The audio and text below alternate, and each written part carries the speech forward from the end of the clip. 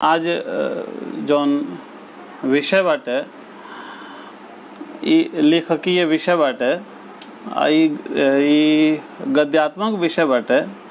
ई कोनो काव्य नइखे चाहे कोनो गीत नइखे। गीत काव्य जौन गेप होला वो में आनंद आवेला अलग तरह से, लेकिन फिर भी रुआ लोगन जुड़ल रहे लोगन तो अच्छा लगी।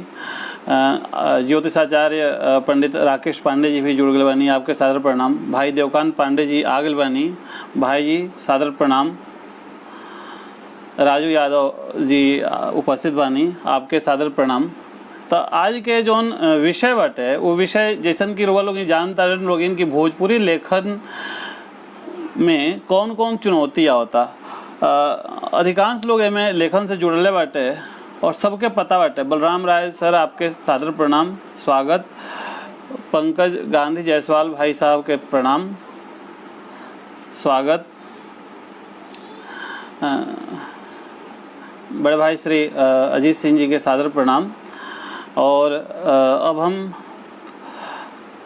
अपन बात रखा शुरू करता नहीं कि देखी साहित्य के जब बात कल जाओ चाहे लेखनी की जब बात कल जाओ तो लेखनी या साहित्य के सामने हमेशा चुनौती रहेला।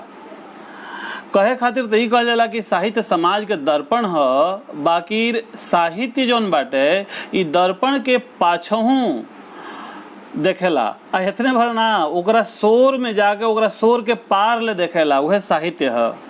सगरो परंपरा जिंदगी के जटिलता सहजता के सहेजलो ढोलो के लेके साहित्य में चिंता होला।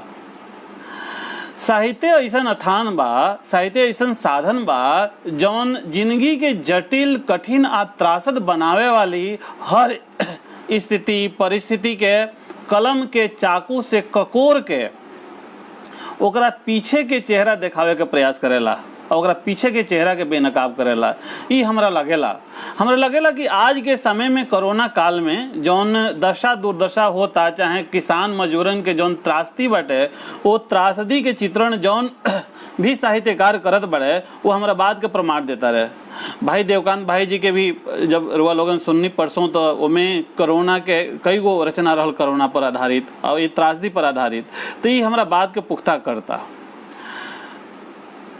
अपने यही बातन के साथ अंतर्राष्ट्रीय लोक गायक बड़े भाई दीपक त्रिपाठी जी के स्वागत प्रणाम, धन्यवाद सर। और यापे के दिहल विषय है बड़ा अच्छा लगल, हम कनी चली जितना संभव हो पाई हम करब। एसपी सिंह सर के स्वागत, धन्यवाद। राकेश पांडे जी आपके नेह आशीर्वाद बनल रहे।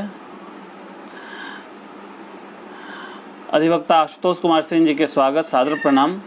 अब एक के साथ हम अपन बात जो कहे के चाहता नहीं कि देखी जौन एगो लेखक होला, देखी कुछ होके ता कहा कितनो प्रोफेशनल होके, लेकिन जौन एगो लेखक होला संत होला, बैरागी होला, समाज में रह के अपन एगो अलग दुनिया बना लेला।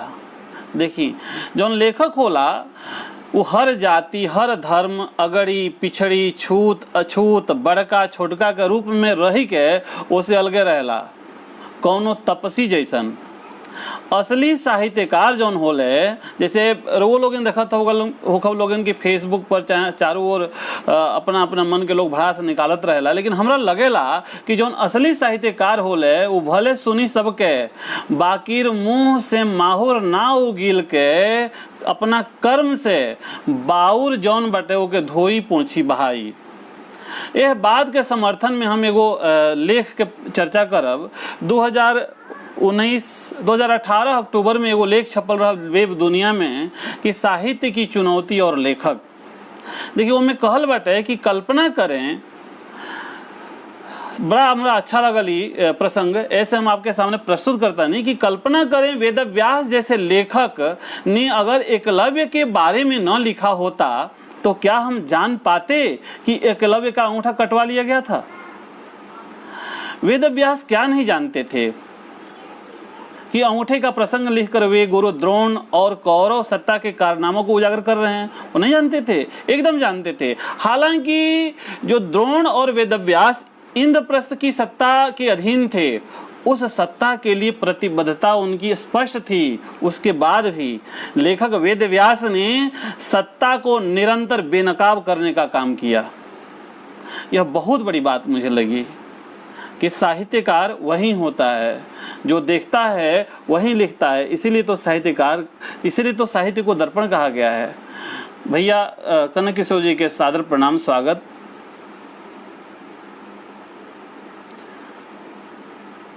ये मंच से नीतीश शुक्ला जी, बाकी जे भी जोड़ल बटो के सादर प्रणाम। लाल बिहारी लाल जी आयल बानी, धन्यवाद। निर्वन सिंह भैया सादर प्रणाम, धन्यवाद।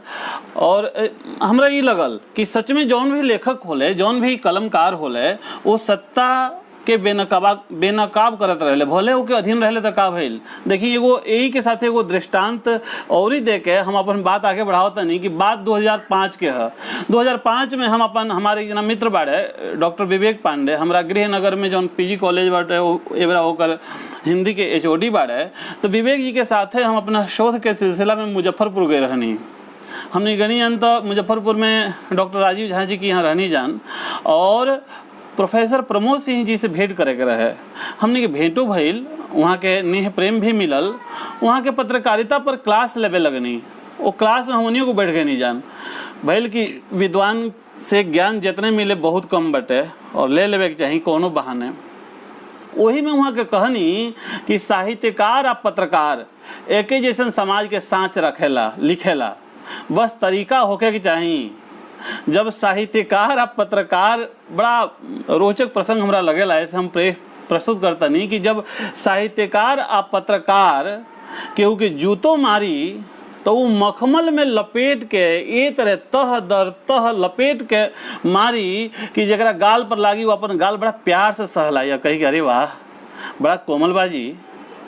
देखी लेखक के कहे के अंदाज होला, बाकी कहेला तो अपन समय काल के साँचे कि वो केतनो षड्यंत्र करके, केतनो गुट समूह बना के, केतनो अपमानित चाहे उपेक्षित करके कोनो लेखक के मेटावे या दबावे के चाही तो का हमरा लागेला कि लेखनी के रोशनाई समय के सूरज बन के इतिहास के कपाल पर अपन उपस्थिति के हाल लिखबे करेला।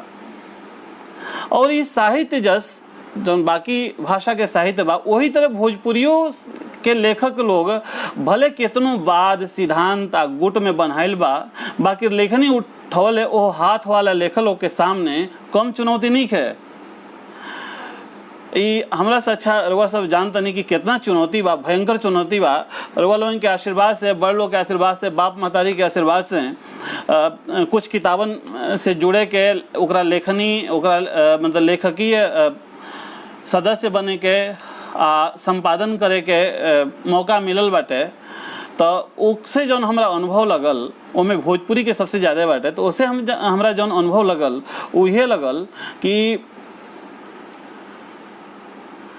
बात कुछ होके भोजपुरियों में बाटे ये सब गुट और सिद्धांत। तो देखिए और ही शायद जैसन अगर भोजपुरियों के लेखक कितनो सिद्धांत में चाहे गुट में बनाइल बा, बाकी जौन कलम उठावता जौन हाथ वो खातिर बहुत चुनौती बा। सचहूँ इहो एगो बड़ समस्या बा। जब भोजपुरी संगम के संपादक, प्रवक्ता, विद्वान, सामाजिक कार्यकर्ता बड़ भाई आदरणीय श्री अजीत सिंह जी हमरा के सनेसा अजीत सिंह जी के मिलल तो मन तनी कांपल, साँच बताओ तनी। बाकी एगो अच्छा भी लागल, सोचनी कि चल यही बहाने हम अपना मन के बात अपना भोजपुरी प्रेमी लोग लगे पहुंचा देव। ये हमरा खातिर सौभाग्य के बात बा। यह मंच पर रउरा सभे जुड़ल बानी, रउरा सभे के नहीं मिलता, ये हमरा खातिर बहुत सौभाग्य के बात बा। भोजपुरी संगम के पेज पर हम रउआ सबके दसों जोड़ के प्रणाम करतानी, गोड़ लगतानी, आग्रह करतानी कि रउआ सबके आशीर्वाद हम पर बनल रहे। काहे कि हमरा जौन लागेला कि हमारे एगो बहुत सीमित, बहुत छोट सीमा बा हमार।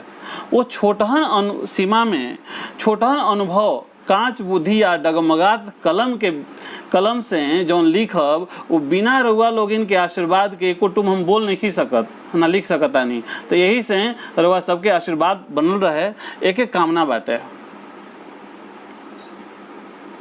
राजू पांडे जी, स्वागत है आपका। भोजपुरी आज है, प्रयास करें आप भी सुनने का। मैं भी कुमाऊनी खूब समझ रहा हूँ, सुन रहा हूँ। शैलेंद्र राणा जी के स्वागत, नमस्कार। कमलेश ओझा भाई के स्वागत। सुरेश राय चुन्नी साहब के स्वागत। जेपी भैया के स्वागत। तो अब देखिए, ये सब तो हमारे मतलब हमरा कहे का मतलब कि ये सब तो भूमिका रहला। असली बात अब कहे जाता नहीं कि रोवा लोगों के आशीर्वाद बनल रहे। हम अपन बात रखा था नहीं कि भोजपुरी लेखन के चुनौती के बात में हम सबसे पहले जो हमरा समझ में आवता, हम सबसे पहले लेखक लोग से जे लिखता वो सबसे निहोरा करब कि अपना में धीरे धीरे एगो आदर्श बदलाव ले आई लोग। लिखला से पहले हमनी जैसा लेखक लोग के सबके ई चाही, ई सब नया लोग खातिर बाटे, जे वरिष्ठ बाटे वो सबके आशीर्वाद मिलत रहे और वो सबसे हमनी के मार्गदर्शन लेत रही जान। तो हमनी के ई चाही, जे भी नया लेखक बाटे ओके ई चाही कि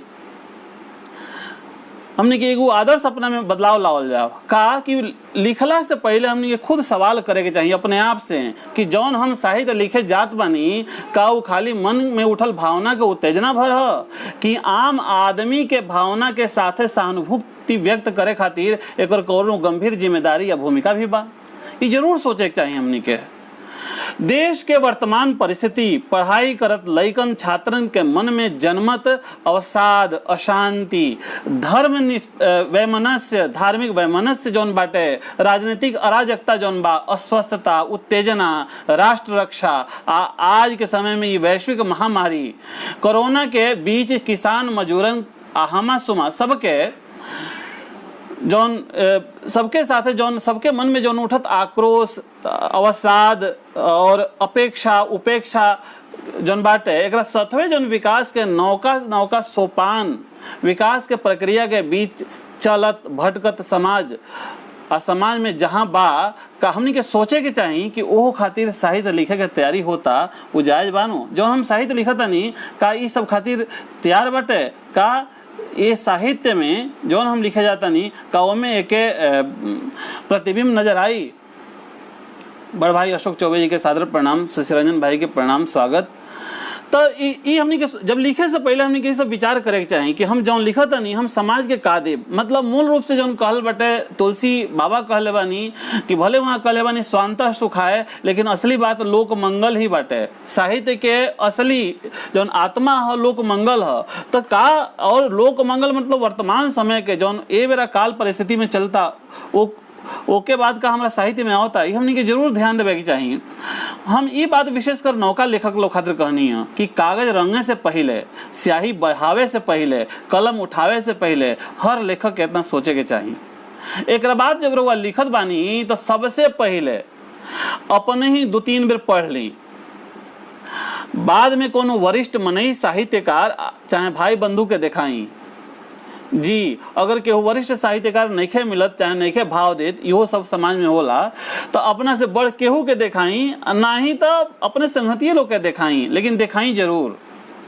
फिर ओके साहित्य मान के समाज के सामने परोसी, चाहे लेखक कौनो भाषा के होके देख ले। अगर संगा करके वो आगे बढ़ता नहीं तो यह लेखन प्रक्रिया के बाद जब राउर साहित्य निकली उटह अजोर करी, पक्का बाटे। चाहे लेखक कौनो भाषा के होके, पाठक लोग लेखकन से कुछ अपेक्षा पाल लेला, जैसे कि उकरा रचना में राष्ट्रीय सरोकार के बात जुड़ल होके, जैसे कि लेखक वर्तमान समस्या के परख राखत होके, रिश्ता नाता के सुगंध होके उकरा रचना में, उकरा लेखनी में, रचनाकार के रचना जमीन से जुड़ल होके, बाकी सपनों सजावत होके, सपनों के संसार लौकत होके। देखिए आज सौभाग्य बाटे कि ये मंच पर हमरा कुछ ए पर जौन भोजपुरी लेखन के में जौन चुनौती आवता ऊपर बोले कुछ मौका मिलल बा। आज यह मंच पर हम बतावे के चाहे कि काल से आज ले मतलब समझी 4 बजे ले मन में बेचैनी रहा था। हम ए परिप्रेक्ष्य में कम से कम 10-12 लोग के फोन कहनी केहू वरिष्ठ साहित्यकार के लगे ना, हम फोन कहनी अब जे लिखल शुरू करता, चाहे हमनी के हम उम्र बाटे, हमरा से छोट जे बाटे वो लोग से, या हमनी के आसपास में जे लिखता वो लोग से फोन कहनी जे साहित्य में रुचि रखता, बस जाने खातिर, विचार जाने खातिर सबे भोजपुरी लेखन आ साहित्य से जुड़ल बाटे। सबसे पहले हम ये आदरणीय वहाँ के एवरे जुड़ल भी बानी भोजपुरी साहित्य संस्था के संपादक श्री जेपी द्विवेदी जी से फोन कैनी तो वहाँ के मानी तो वहाँ के कहनी का कि एगो भोजपुरी लेखक का रूप में सबसे पहला संकट ओकरा पहचान के होला, स्वीकार्यता के होला। हिंदी वाला लोगन खातिर उ एगो हीन आ निरीह जीव होला। दूसरा कौनो भोजपुरी लेखक एकरा के दूसरा बात ये कि कोनो भोजपुरी लेखक भोजपुरी लेखन के अपन आजीविका नहीं बना सकत। तीसर की बात, भोजपुरी में मानकीकरण के लेके जिंदगी भर जूझे के पड़ला। अच्छा लगल एगो बात आइल, उपेंद्र पांडे जी के सादर स्वागत बाटे, रचना शर्मा जी के स्वागत, प्रणाम, एस.एस. डोगरा भाई के स्वागत जी। मीठ भाषा बा, अच्छा लगा था कि आप समझा तानी। और अब एक बाद जैसे जेपी भैया से हम बात करनी तो जेपी भैया के बाद हम बात करनी एक जना हमारे मित्र बड़े आकाश महेशपुरी जी, एगो सुघर बड़ा ही प्रभावशाली रचनाकार हैं वहाँ के। तो वहाँ से जब बात भेल तो वहाँ कहनी कि लोग तो ये बुझेला, देखी ये अलग अलग लोग के विचार है, ये हमारे विचार ना है, तो अच्छा बुरा सब बात आयल बटे। तो लोग तो ये बुझेला कि भोजपुरी लेखक लोग खातिर बहुत सीमित जगह बाटे, पढ़े वाला बहुत कम बाटे, पढ़ाई लिखाई में भोजपुरी बाटे ना, से लेखक लोग के लागेला कि भोजपुरी लिख के होई कौन चीज, एक फायदा का बा के पढ़ी। तमाम लेखक लोग के हम देखले बानी कि हीन भावना से दबाइल रहेला। गांव घर में तो भोजपुरी बोल ली, लेकिन गौवा छोड़ते हिंदी में बोले लगेला। एक जना और भाई, कुछ लोग के हम नाम नहीं लेत, एक जना और भाई बताओनी कि भोजपुरी बोले वाला तो शहर में जाके अपना के गंवार बुझेला और सुनहु वाला गंवारे बुझेला। तो ऐसा भाषा पढ़े के काहे के है। एगो ए बीच में रुक के हम एगो अपना मन के बात और ही जोड़ देता नहीं कि हम एगो ये दिल्ली में एगो इंटरनेशनल स्कूल में पढ़ावे नहीं, तो हम ये नाम ऐसे रखनी है, ऐसे बताओनी इंटरनेशनल स्कूल में पढ़ावे नहीं कि रुआ समझ सके नहीं हम हिंदी के अध्यापक हैं, तो रुआ समझ सके नहीं कि या अंग्रेजी ज़्यादा काम चला, ज़्यादा से ज़्यादा मतलब हमने हिंदी अध्यापक खातिर हिंदी में बोले के छूट बाटे। लेकिन जब भी केहू हमारा अपन लोग के फोन आवेला तो अगर हम क्लास में नहीं, क्लास में बानी तो ना उठावे नहीं, अगर बानी फ्री टाइम में तो हम उठावे नहीं और भोजपुरी में बतियावे नहीं।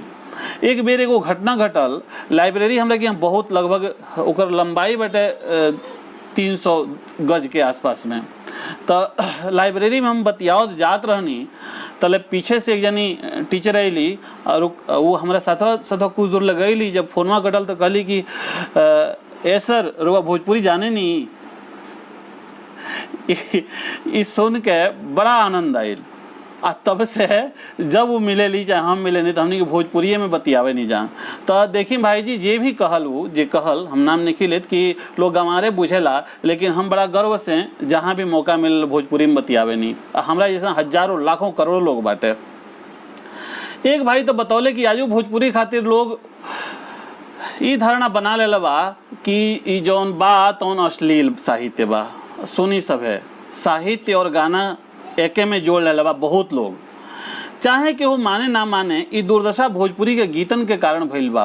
अगर कोनो अश्लील गीत आवत बा तो आजू होके सुने वाला एगो बड़का वर्ग तैयार बाटे, जबकि अच्छा साहित्य ओकरा सामने धकिया दिहल जाला। लगभग सबके यही तरह के बात रहल, विचार रहल। बाकी हम तो ये जाने के रहमी कि अगर लेखक कमर कस के भोजपुरी में लिखतो बाड़े तो उनका सामने कौना तरह के चुनौती आवता। यही सिलसिला में हमार बात हमारे प्राध्यापक मित्र आलोक मिश्र जी से भइल। उनका से बात कह के थोड़ा सा मन अच्छा लागल। वो कहल है कि देखी लागल कि हाँ मतलब सच्चाई के धरातल पर बोलत रहे। वो कहले कि देखिए भोजपुरी लेखक लोग के सामने सबसे पहला चुनौती तो पाठक वर्ग के बा। ये आप सब भी मानब कि सबसे पहला चुनौती पाठक वर्ग के बा। काहे से कि आम बोलचाल खातिर भोजपुरी बड़ा आसान बा, लोग बतिएबो करेला। बाकी साहित्य लिखे या पढ़े खातिर बहुत कठिन लागेला, लिखे और पढ़े के बड़ा कठिन लागेला। बात सही बा। ई कारण भोजपुरी के मतलब ये वजह से भोजपुरी के बहुत सुंदर गंभीर किताब रचना सामान्य वर्ग से आम आदमी से दूर हो जाले, ओइजा पहुँच नहीं है।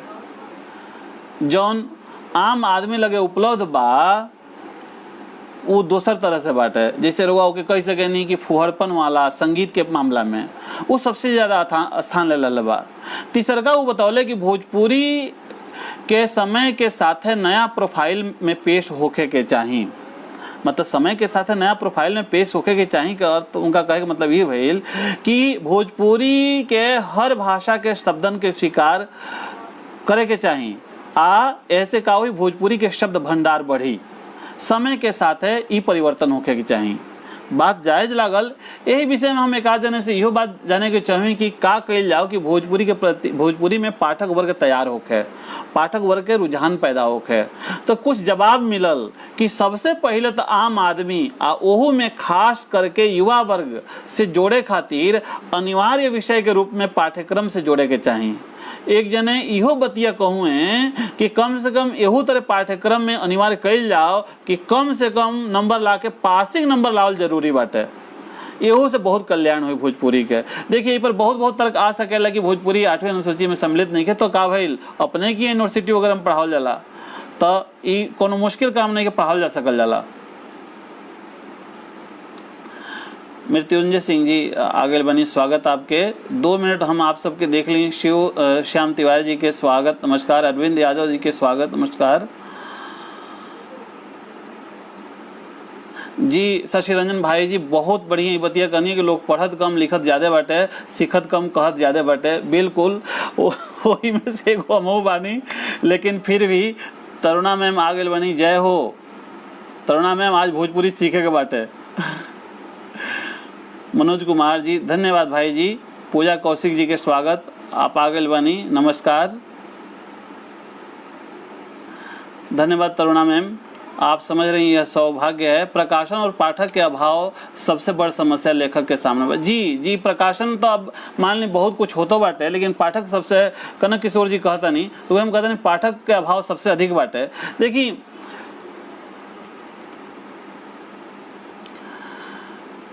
पाठक सबसे बड़का समस्या हमारा नजर में सबसे बड़का समस्या पाठके बारे। सही बात बाटे। यही बीच में का जाने से इहो जाने की चाहिए कि मने वो कैसे ओके अथी कइल जाओ, पाठक वर्ग बढ़ावल जाओ। तो हम रोवा देखबे कनियो को कहले कि अगर पाठ्यक्रम में कि कम से कम पास होके के बाद इहो बात अगर आ जाओ तो निश्चित पाठक वर्ग बढ़ी धीरे धीरे। ये सब के बाद मन में ढेर बात उमड़े घूमने लागल। बुझाइल कि आजू भोजपुरी साहित्य अपने ही लोग के बीच में बड़ा उपेक्षित बा। मुट्ठी भर लोग भोजपुरी साहित्य या संस्कृति के एह भावना से लेके ढोता कि साहित्य कला खातिर है। वैसे तो कहल गइल बा कि साहित्य अंतस के, दिल के, आत्मा के गवाही है। आ इहे अंतस के गवाही साहित्य के संवेदनशीलता, जीवन के प्रति भावुक, दयालुता और दृष्टिकोण में निश्चितता के बारे में गहराई से संबोधित करेला।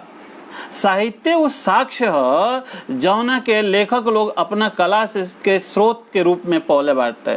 साहित्य मनई के भीतर जमल समुंदर के तूरे खातिर एगो चोखगर गणासी है। साहित्य जीवन के प्रतिबिंबित करेला। आ साहित्य खाली जीवन के प्रतिबिंबित करे वाला दर्पण खाली ना हो, मतलब सामने वाला चीज ना दिखावला। जौन जीवन में कुरूप बाटे ओहू के प्रस्तुत करेला। अर्थात साहित्य ईमानदारी से आंख से देखल के व्याख्या है। हमके लागेला अब बड़ वरिष्ठों लोग कहेला कि भोजपुरी लेखक लोग में चाहे सभे साहित्यकार जौने भी भाषा के होके लोग के अपन एगो सबसे पहले अपने आलोचक होके के चाहिए। ये बहुत बढ़िया बात बाटे, ये सोचे वाला बात बाटे। अब शंका अगर बातन पर अपने ही ख्याल कइल जाओ तो कोनो समस्या ना आई। जे भी लिखता ओके सबसे पहले अपने आलोचक होके के चाहिए। ई आपन का दूसरों आज तक ये देखे के मिलेला, आपन का दूसरों के किताब के लोग आलोचना करे में 300 बेर सोचेला, आप भागेला।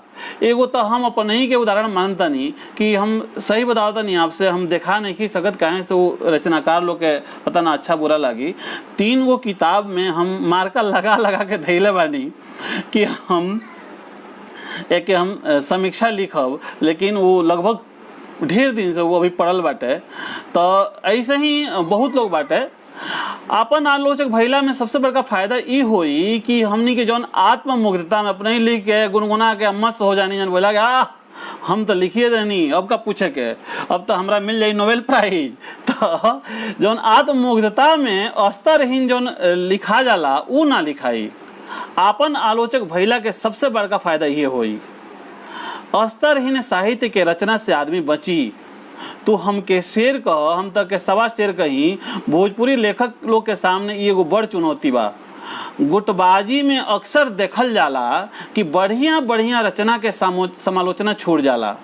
गुटबाजी होखे तो खाली हमार विचार बाटे, हमरा कुछ उदाहरण हमारा मन में बाटे, हमारा सामने बाटे, हम देखले बानी, भोगले बानी, ये से हम ये बात कहता नहीं कि गुटबाजी होखे तो खाली एक दूसरा के विरोध में कान भर के सोशल साइट्स पर ब्लॉग करवाओ के खातिर ना होखे। अरे गुटबाजी होखे तो एक दूसरा के साहित्य के निखारों खातिर होखे, अपने गुट में करी रहुआ, कोनो जरूरत नहीं कि हमार तुम्हार तीसरा के करी। तो ई ध्यान रखल जाओ। तो जौन चुनौती हमारा सामने आई कि केहू तरह कोनो, जैसे शशि भाई कहत रहनी है कि सही बात बा, लोग कुछ लिख देता, कुछ फेसबुक पर डाल देता, कुछ बड़का कवि साहित्यकार हो जाता, राष्ट्रीय अंतर्राष्ट्रीय बन जाता, तो वो सबसे लोग बची। देखी भोजपुरी के शास्त्रीय परंपरा, कुछ लोग के हमारे बात बुरो लग सकेला, लेकिन वो खातिर हम क्षमा मांगत अपन बात रखत नहीं कि भोजपुरी के शास्त्रीय जौन परंपरा अतीत के व्यवहार हमनी के विरासत में मिलल बाटे। देखिए कहल जाला कि 10,000 पुरान भोजपुरी साहित्य बाटे। अनेक तरह के राजा, शासक, प्रशासन से झेले बाटे। भोजपुरी के अधिकतर लेखक वही परंपरा के थमले आंख बंद करके अनुरा दाव खेलत लिखत चलत जात रहल बाड़े। ऐसे बचे के तनी पड़ी। हम एगो उदाहरण देब कि परंपरा के नींव पर नौका विचार के महल तैयार करे के चाहिए। ठीक बा, परंपरा के ढोई, परंपरा के नींव पर नौका विचार के महल तैयार करे के पड़ी। देखिए एगो उदाहरण देता नहीं कि एक जना भाई बड़े सुशांत शर्मा जी, उनकर एगो किताब आयल जटायु। बेसिकली जटायु पौराणिक कथानक है, लेकिन आप बताई पौराणिक कथानक के ऐसन का रूप परोसले बाड़े कि लागे लगी अजुए कहानी है। और उनकर ये किताब चर्चितो बा, उनका यह प्रयोग के सभे स्वागतो करता। परंपरा जटायु, लेकिन नौका महल तैयार कैले बाड़े। तो ऐसा का हर भोजपुरी लेखक के होखे के चाहिए, जे नया तरह से लिखा था ओके तो जरूर होखे के चाहिए। निश्चित ओकरा साहित्य के लोग पूजी।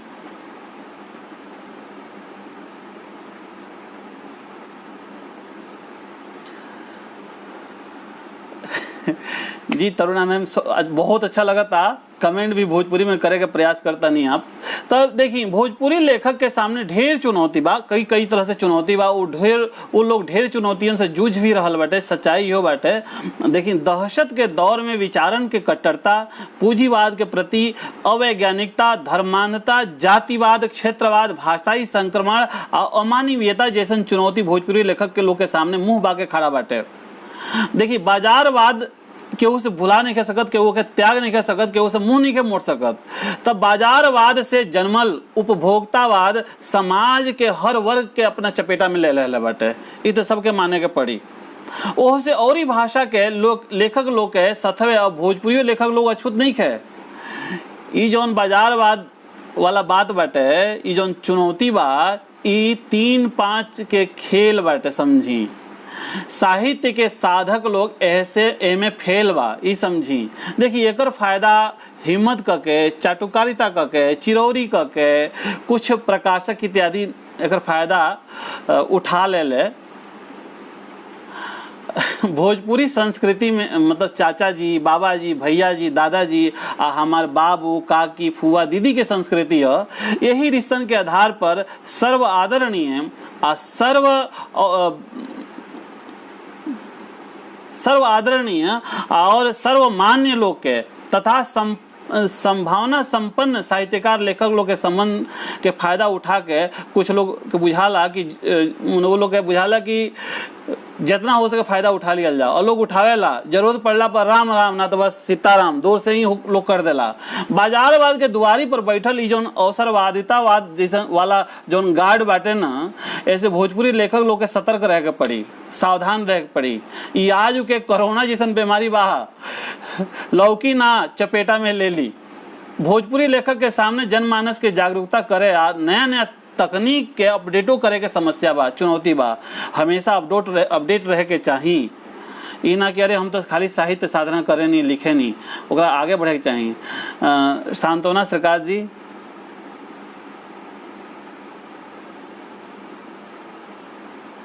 बिल्कुल मैं मानता हूं और आपकी बातें आप आए, आप सुन रही हैं, ये बड़ी सौभाग्य की बात है। हमारी भोजपुरी को भी समझ रही हैं। मैं अभी आपका देखा, आपका बुंदेलखंडी पर भी, आपका बुंदेली में भी आपका वक्तव्य है, आप लाइव होने वाली हैं। आप कह रही हैं सांत्वना श्रीकांत जी बहुत अच्छी कवयित्री हैं, बहुत ही अच्छी कवयित्री हैं। मैं दिल से इनका आदर करता हूं और सौभाग्य है कि ये हमारे सर्वभाषा से जुड़ी हुई हैं, सर्वभाषा के लिए अपनी रचनाएं भी भेजती हैं कि हीन भावना शायद असुरक्षा से होती है। बिल्कुल, पहचान पाने की कोशिश में उस भाषा की तरह झुकाव ज्यादा होता है जिसे प्रभावी समुदाय उपयोग करता है। बिल्कुल, और नहीं, उसके बाद भी हमारे भोजपुरी में ओकरा बादो बहुत लोग बाटे जो जुड़ल बाटे और भोजपुरी के सेवा निस्वार्थ भाव से करता। हमरा गृहनगर से हिंदी प्राध्यापिका डॉक्टर चंद्र प्रभा मिश्रा जी आयल बनी, आपके स्वागत बा। जय नारायण भैया, स्वागत, सादर प्रणाम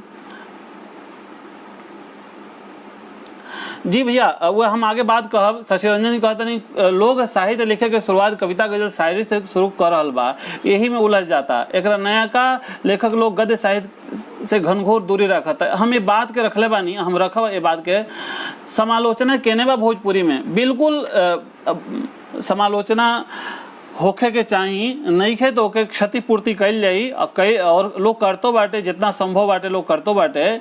नादिर अली जी, आपके स्वागत बाटे, धन्यवाद, आपके बात सही लगल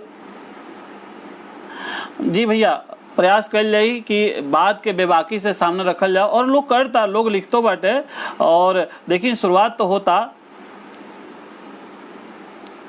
बिल्कुल, आत्ममोहता और गुटबाजी भी लेखन पर प्रतिकूल प्रभाव डालता। कनक किशोर जी कहते नहीं जी सर, और यही से हम कहनी है कि ऐसे दूर रह के पड़ी। गुटबाजी तो छूट नहीं खे सकत, लेकिन आत्ममोहता में आके साहित्य के बंटाधार ना कैल जाओ। कम से कम अपने पढ़ल जाओ 2 बेर 3 बेर 4 बेर, और अपना केहू हित मित्र भाई दोस्त के पढ़ाओ जाओ। प्रदीप बाबू, आपके स्वागत, नमस्कार। तो हम वह कतरा नहीं है कि साहित्य जो भोजपुरी लेखक बारे उनका के कमजोर के वो ना समझे, और लेकिन वो अपने के अपडेट भी करते रहे हैं। कुछ लोग भोजपुरी खातिर लिपियों के एगो चुनौती मानेला। देखिए कैथी लिपि हमनी के रहल बाटे, ठीक बाटे, लेकिन हम एक पक्ष में ये कहब, एगो उदाहरण देव कि डोगरी शायद 1983 या 85 में डोगरी के संवैधानिक मान्यता मिलल। डोगरी के लिपि ओबरा गुरुमुखी रहे, लेकिन वो लोग के लगल कि हमनी के गुरुमुखी से हमनी की पहचान ना बन पाई। खैर वो अलग बात बा। तो देवनागरी अपना लिहल लो। आज कोनो वजह से भी अगर भोजपुरी में देवनागरी अपना लिहल गइल बा आ एकर स्वीकारता बढ़ गइल बाटे, तो ये चुनौती के बात नहीं है। देवनागरी में लिखे के चाहिए और भोजपुरी के समृद्ध करे के चाहिए। लेखक बहुत लोग बाटे, ऐसे शशि भाई जैसे लोग अपन काम करता लिपि खातिर भी। लेखक सबके दिल खोल के, करेजा काढ़ के, बिना कोनो बहस के देवनागरी में लिखे। पहले लिखत लोग रहल बा, आजो लिखाता। तो भाषा खातिर मतलब लिपि खातिर बेचैन मत हो कि हमारा नजर में भोजपुरी लेखक लोग के सामने भाषा ज्ञान के अभाव बाटे। ये हमरा लगता। हम खुदे कौन भाषा ज्ञानी ना ही, हम खुदे बहुत कमजोर हैं भाषा में, भोजपुरी में, लेकिन हमरा लगे कि एक अभाव बा, एक सबसे बड़का चुनौती बा। देखे सुने आ पढ़े में मिलेला कि मन के कोनो भाव आयल तो जे तरह मन कैला से लिखा गयल, बिना पढ़ले, जो शशि भाई कहत रहनी है कि बिना पढ़ले फेसबुक आदि सोशल मीडिया पर डलाइयो गईल, कोनो पत्रिका में छापे खातिर भेजाइयो गईल, संपादक महोदय अपन कपार पीटस। अब भाई अजीत सिंह जी बानी वहाँ के देखत हो गए कि कौना कौना तरह के भोजपुरी के रचना वहाँ के संगम पत्रिका में, भोजपुरी संगम पत्रिका में मिलेला। तो ये अब संपादक अपन कपार पीटत रहस। देखे पढ़े के मिलेला कि कई लेखक अपने के असली भोजपुरिया सिद्ध करे खातिर चाहे अज्ञानता के चलते, हमरा हंसी होते बात पर कहां से कोफ्त होला, चाहे अज्ञानता के चलते ऐसा शब्दन के प्रयोग करेला कि कपार बथ लगेला। ई बताई, हमारे वो किताब आयल, हम एगो उदाहरण देता नहीं, हमारे वो किताब आयल यही साल आई रहे, एक मुट्ठी सरसों लेख के किताब है। ओमे कुछ शब्दन पर हमारा कुछ हित मित्र लोग के, हमारा कुछ मित्र लोग के आपत्ति रहल, असहमति रहल। तो हमके याद पड़ता कि हम बड़ा आदरणीय डॉक्टर ब्रह्मभूषण मिश्रा जी से फोन कहनी, बात कहनी, डॉक्टर जयकांत सिंह जय सर से बात कहनी, अपने गुरु श्री आर्यन श्रीवास्तव से बात कहनी, डॉक्टर अर्जुन तिवारी जी से बात कहनी, भैया राम रक्षा मिश्र विमल जी से बात कहनी। तो सभे ये कहल कि देखी, सभे एक सुर में यह बतावल कि भोजपुरी के सबसे बड़का गुण है कि जे तरह बोलल जाला वही तरह लिखल जाला। ई तो हमरा मिल गई, हम अपन बात रखनी, हम जितना लिखले रहनी, हम हमरा लगेला कि हम वही तरह बोले नहीं लिखले रहनी। लेकिन बात ई बताई, अब एक बाद ई बताई कि पतिरिका कौन भोजपुरी में बोलेला? पतिरिका, पतिरका बोल दी, पतिरका बोल दी, पतिरिका ना बोलल जाई। ई तो जबरदस्ती शब्द बनावल भइल ना, ई बुरा लागी कि ना लागी? भोजपुरी खातिर ये सब खराब चीज बाटे। देखी एगो और चीज हमरा लगेला कि जैसे कहल जाला कि मान ली एगो उदाहरण देता नहीं कि सुधकरो आयल रहे, ये कहल जाए सुधकरो आयल, केशवो आयल रहे, शशियो आयल रहे, यही तरह कहल जाई। लेकिन तो ये तो ना कहल जाए ना कि शशि भी आई रहे, केशव भी आई रहे, ये बोल चाल में ना प्रयोग होला भी इत्यादि, तो का जरूरत बा प्रयोग कैला के? मतलब हमरा कहे के मतलब ई कि अगर एह तरह से ढेर शब्द बाड़ी सन जौन पढ़ सुन के देख के लगेला कि ओह का इहो भोजपुरी है, काहे लोग जबरदस्ती बनावता, तो ऐसा का ना बनाओ के चाहिए। और देखिए ऐसे ही भी जैसे निपातन के प्रयोग के समस्या बाटे, ए पर केशव शशि भाई के वो कविता भी बाटे कि कहाँ का प्रयोग करे के चाहिए, तो सावधान रहे के चाहिए और जहाँ समस्या है अपना से श्रेष्ठ लोग से पूछे के चाहिए। लेखक लोग के सामने भाषा के सुरक्षा आ समृद्धियों की चुनौती बा, खाली लिखल के भर चुनौती नहीं है। भाषा के सुरक्षा के जिम्मेदारी आ समृद्धि की चुनौती भी लेखक लोग के सामने बाटे। कौनो राष्ट्र के संस्कृति के पहचान के भाषा होले, भाषा से संस्कृतियों समृद्ध होले, भाषा कोनो समाज देश के शक्ति होले। भाषा के कारण है खाली संस्कृति के संरक्षण ना होला, आपस में एकाएक एकात्म एकाकार के रिश्ता बनेला। भारत के पहलका सर्वेक्षण के अनुसार 1652 गो मातृभाषा के चर्चा कल गई रहे। लेकिन अब देखी ये 60-65 साल में ओइमे से 322 भाषा मर चुकल बाड़ी सन और कुछ आजू इंडेंजर्ड लैंग्वेज के रूप में ओके मानल जाता। तो दुराग्रह आ पूर्वाग्रह से ग्रसित होके भोजपुरी लिखल पढ़ल आ बोलल ना जाई। एक दुराग्रह और पूर्वाग्रह के दूर करके भोजपुरी लिखी पढ़ी ओके आगे बढ़ाई, ना तो खतरा यहू पर बा। भाषा के बचावे के जिम्मेदारी के सत्वे एकरे के परिष्कृत करे के भी जिम्मेदारी हमारा विचार से लेखक लोग के ऊपर बा। वो लोग खातिर यही एगो चुनौती बा, खाली लिखल के चुनौती नहीं है।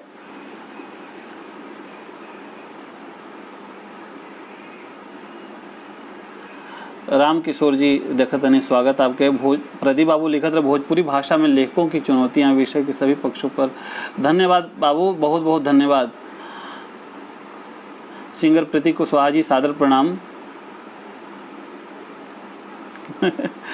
जी जरूरत पड़ने पर राम राम नाथ सीताराम। प्रमोद शुक्ल पिपासु जी भोजपुरी के स्वरूप स्पष्ट नहीं हो पावत जनमानस में, शब्द के प्रयोग से लेकर व्याकरण ले। बिल्कुल हम एहो बात पर रखब कि देखी ये सब मानकीकरण के ना भइला के वजह से बा, बहुत लोगों पर काम करता, बहुत विद्वान लोग काम करता। यहाँ के लिखत नहीं प्रमोद शुक्ल जी, ओके हम जवाब देता नहीं कि बहुत लोग काम करता है पर, और भगवान चिन्ह तो जल्दी अगर मानकीकरण के भी समस्या दूर हो जाई।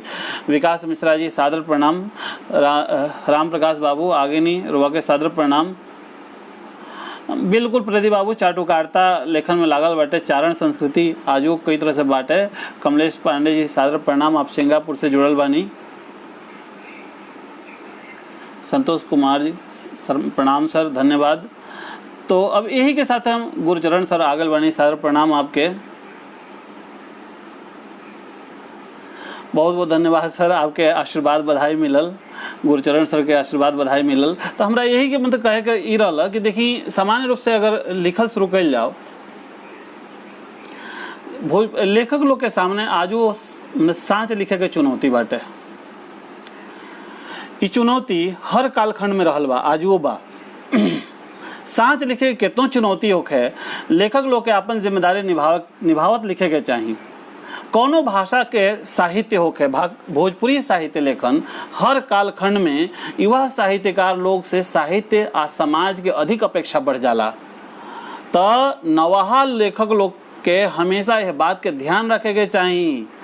कहलो जाला कि सांच के आँच कैसन, तो बस कलम उठाई और लिखत रही। सामान्य रूप से लिखे के शुरू करे वाला जो शशि भाई कहत रहनी है, वह बात हम कहता नहीं कि जब ये केवल लिखल शुरू करेला सामान्य रूप से, तो सबसे पहले ई रहेला कि एकर लिखल कैसे जाओ, मतलब एक शुरुआत के तरह करे के चाहिए। हमरा विचार से शुरुआती दौर में सभे लिखनिहार पहले पद्य लिखेला, कविता गीत गजल इत्यादि पहले लिखेला। शुरुआत कविता गीत गजल से होला। समय के साथ आत्मविश्वास बढ़त जाला। जे खाली गीत कविता गजल में ही अटकल बाटे लिखत बाटे, ओसे हम दसों जोड़ के प्रार्थना करता नहीं कि हमारा बात पर थोड़ा सा संभव हो तो अमल करे सब है कि समय के साथ जब आदमी छपे लागेला, लोग सुने लागेला तो आत्मविश्वास बढ़े लागेला। तो आत्मविश्वास बढ़े लागेला तो ओकरा बाद अनुभव जनित ज्ञान या भाव भी मन में आवे लागेला। ओके उद्गार खातिर अलग अलग माध्यम बने लागेला, अलग अलग विधा के माध्यम से लिखल जाओ। गद जैसे हमहू अपन बात बताएं कि हमहू हमारो पहला जौन रचना रहल कविता रहल, पहला का शुरुआती दौर के रचना कविता रहल। हमरा लगता हम 1994 में, मतलब 92 से लिखत रहनी, 94-95 में जाके हम गद्य लिखल शुरू करनी, कहानी वगैरह लिखल शुरू करनी। तो केहू भी पहले गद्य लिखे काव्य लिखेला, ओकरा बाद से अपना अनुभव के साथ वो कर दे, मतलब अपना अलग अलग विधा में लोग चल जाला, चाहे अलग अलग विधा लिखे के चाहिए भी, सबके सोचे के चाहिए। देखिए तो जब अपने बुझाए लगे कि आप कुछ गंभीरा लिखे लागल बानी, ओ बेरा तनी गंभीर तैयारियों करी, खाली इस तरह लिखे मत लागी। कोनो हमरा कहे का मतलब ये बात है कि देखिए लोग परीक्षा देनी, चाहे कोनो युद्ध होला, चाहे नौकरी की तैयारी करनी, चाहे शादियों विवाह खातिर कितना तैयारी करे के पड़ला। जब ये सब चीजन खातिर इतना तैयारी करे के पड़ला, जौन साहित्य रउआ के मरलो के बाद और नाम जियत राखी, रउआ के अमर राखी, वो साहित्य खातिर तैयारी काहे ना, तो जरूर तैयारी करे के चाहिए। कहल जाला कि मीडियो साहित्य जैसन समाज के दर्पण है। बाकी यही समाज में इहो देखल जाला कि मीडिया जहाँ चुस्त लौकेला, साहित्य वही सुस्त लौकेला। वैसे भोजपुरी खातिर ई बात दोनों जगह बाटे। बाकी कहीं तनिको भोजपुरी मीडिया जागरूको बा, साहित्यकार लोग के वो लोग के सामने अपना के सिद्ध करे के संघर्ष करे के पड़ला। तो जे भी हम यही मन से आग्रह करब कि जे भी मीडिया से जुड़ल बा, भोजपुरी मीडिया से जुड़ल बा, और वह अगर भोजपुरी से प्रेम बा तो अपना जे भी होके अपना भोजपुरी साहित्यकार लोग के, लेखक लोग के आगे बढ़ावे के प्रयास करें, जितना संभव होके अपना ओर से प्रयास करें। अब आगे हमरा लगता है कि जैसे मठ आ मंच, ये शब्द भोजपुरी से दूर ना होई, हर भाषा में रहला। मठ आ मंच में बंद लेखनी के वैसे निकल के लिखे के चुनौती, वैसे निकल के लिखे के चुनौती लेखक लोग के सामने ढेर रहेला। दिल्ली के दरबार से लेके गांव देहात ले भोजपुरी के नाव पर ढेर संस्था मनई मिली हैं। देखिए सबे जगरा बुरा लगे हमरा के क्षमा करे लोगिन, लेकिन हमरा जोन लगल बटे हम चाहत नहीं वो बात रउआ लोगन के सामने रखी। रउआ अगर सुने तो लागी कि अरे बाप रे, हम तो भोजपुरी खातिर कुछ कहले ही नहीं की। रउआ बता दी अपने तो मतलब सब केहू से कम नहीं के भोजपुरी खातिर इतना संस्था बाटे, है ना, केहू से कम नहीं है। जे मने 76 गो छेद वाला चलनियों सुपा के हंसेला, ये सब जो लोग देखल ना लागी अरे हम तो कुछ कहले ही नहीं कि भोजपुरी खातिर। भोजपुरी तो इन्हीं के पॉकेट से निकलेला, इन्हीं के तिजोरी में बंद रहेले, ऐसा का लागेला, लोग अपना के ऐसा का पेश करेला। दुर्दशा तो ई बा कि बेचारा सामने वाला केतनो बड़का लेखक होके, केतनो ओकरा लगे पैसा होके, मतलब कितनो बड़का लेखक होके और पैसा जौन बाटे वो लेखक लोग सामान्य रहला, अपन खर्चा पानी चलावे खातिर, ओकर लगे पैसा नहीं तो किताब ना छपी। ई दुर्दशा बा। सबसे बड़का दुर्दशा ये बाटे कि लेखक कितनो बड़का होके, कितनो अच्छा लिखला होके, लेकिन बिना पैसे के उनकर किताब नहीं छप सकत। ठीक, सरकारी संस्था जैसे मैथिली भोजपुरी अकादमी, चाहे बिहार भोजपुरी अकादमी वगैरह से कुछ किताब छपत रहेला, लेकिन कितना छपी, सगरो ना छपेला, सगरो छप नहीं कर सकत। बाकी लोग अपने ही जेब से किताब छपवावेला, अपने ही जेब से पैसा करके किताब छपवावेला। देखिए हमारे उत्तर प्रदेश में तो कोनो अकादमियों नहीं है भाई, पंकज भाई इत्यादि बा लोग और बाकी लोग भी प्रयास करता। भगवान चाहिए तो युको के सोनी अशोक भैया वगैरह सभी बाटे, अजीत सिंह जी, तो आप सब एक बार अनाउंस भी भई रहल, तो भगवान करें कि पुकार, मन के पुकार उत्तर प्रदेश सरकार भी सुने और वैजा भी भोजपुरी अकादमी के स्थापना होके।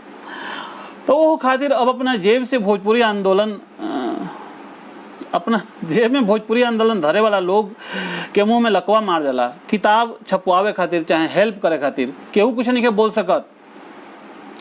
एक किताब के छपवावे खातिर आर्थिक सहयोग कल तो दूर, छपलो के बाद किताबवा के देख के छींक आवेला। भोजपुरी लेखन में जौन जे भी भोजपुरी लिखता ओकरा प्रकाशन आ बिक्री के सबसे बड़का चुनौती बाटे।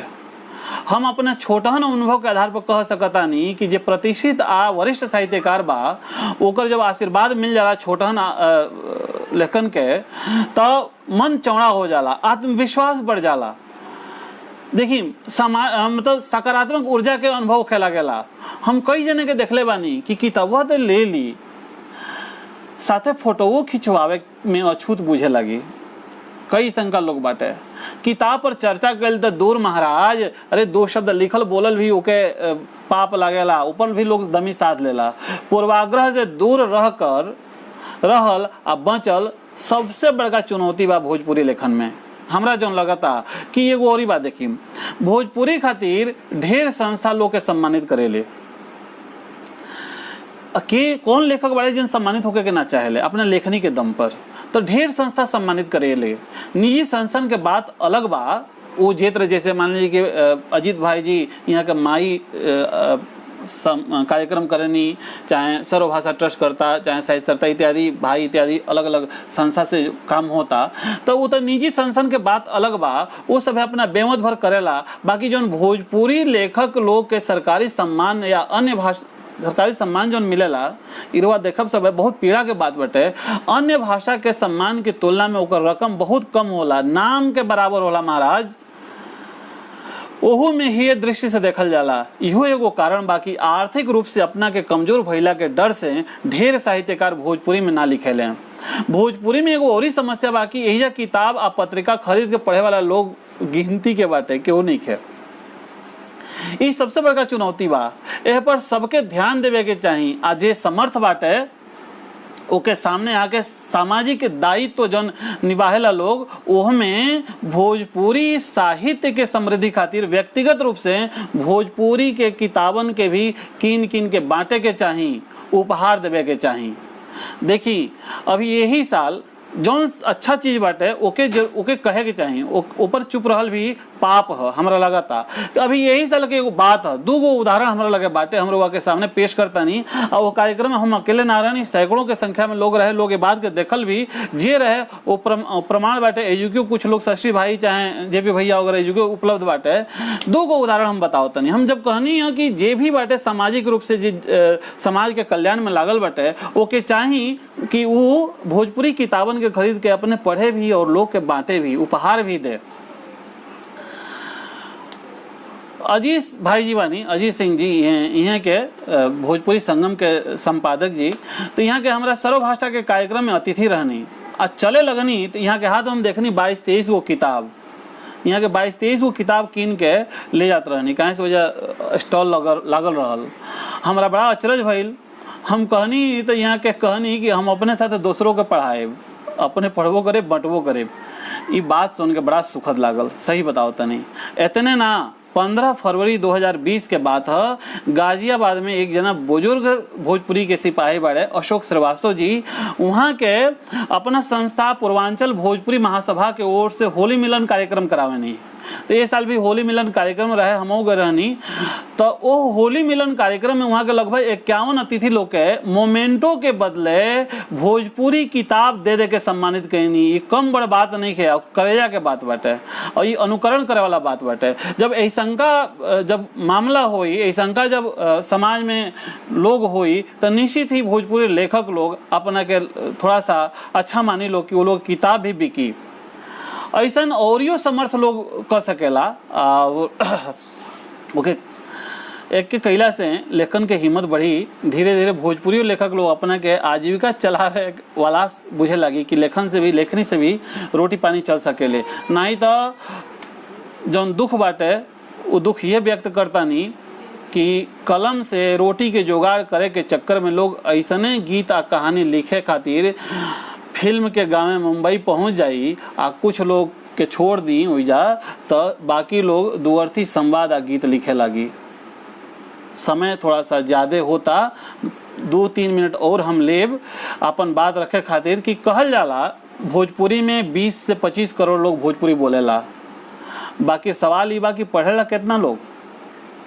पाठक वर्ग तैयार कईल एगो लम्हर चुनौती बा। जब लोग के पढ़े के ललक जाग जाई तो लोग खरीदियो के पढ़ी। आज भी एका दुका सही लोग किताब खरीदते बाटे। एगो हम साक्षात उदाहरण बानी कि भोजपुरी साहित्य में महिला रचनाकारन के भूमिका एगो हमनी किताब आई रहल, वो किताब के सगरो कापी बिक गई। भले संख्या में कमे रहे लेकिन बिकल, आ बिकल तो आज तो बनल नो। भोजपुरी लेखन में इस सोशल साइट्स एगो वरदान सिद्ध हो सकेला। देखी कुछ पोस्ट कह के वाहवाही पावे के चक्कर में पढ़ला से अच्छा बा रउरा टिप्पणी के आग्रह करी कि ये पर जो गलती बटे ओके बतावल जाओ। ऐसे हम कहता नहीं कि कबीर बाबा से बड़का कवि के हो सकेला जी। और कबीरे बाबा नु कहले बानी कि निंदक नीरे राखी आंगन कुटी छवाए। साहित्यकार तो सब कुछ स्वीकार क के काल से ताल ठोकेला। तो निराशा के पर्दा उघार के देखी आशा के जोत फैलत बा। एह मंच से इहे निहोरा बा, बार बार हाथ जोड़ के हम निहोरा करब कि जौना स्तर पर भोजपुरी के सेवा में लागल बानी ओह से तनी एक डेग और ही आगे बढ़ी, बस एक डेग आगे बढ़ी। लेखनी के सेवक लोग के सहयोग करी। किताब छपवावे से लेके कीने ले ओकरा पर चर्चा परिचर्चा समीक्षा आयोजित कराई। लेखक लोग के बचाई। आँख खोल के देखी रउरा सामने तुलसी कबीर सूर रसखान मीरा सभे लोग जाई जी। वो लेखनी के सामने रउआ हमरा सामने जौन जौन चुनौती बुझाता दूर हो जाई, पक्का दूर हो जाई, ये हमारा विश्वास बा। तो यही के साथे हम बिंदु शेखर जी कहते हैं अंगिका भाषियों पर भोजपुरी भाषा का भी सम्मान करता हूँ। धन्यवाद भाई जी। भाषा में भेद हो गई के ना चाहिए, भाषा तो माध्यम है भाव व्यक्त करे के, भेद हो गई के ना चाहिए। तारकेश्वर राय जी जय हो, स्वागत आपके। आप नहीं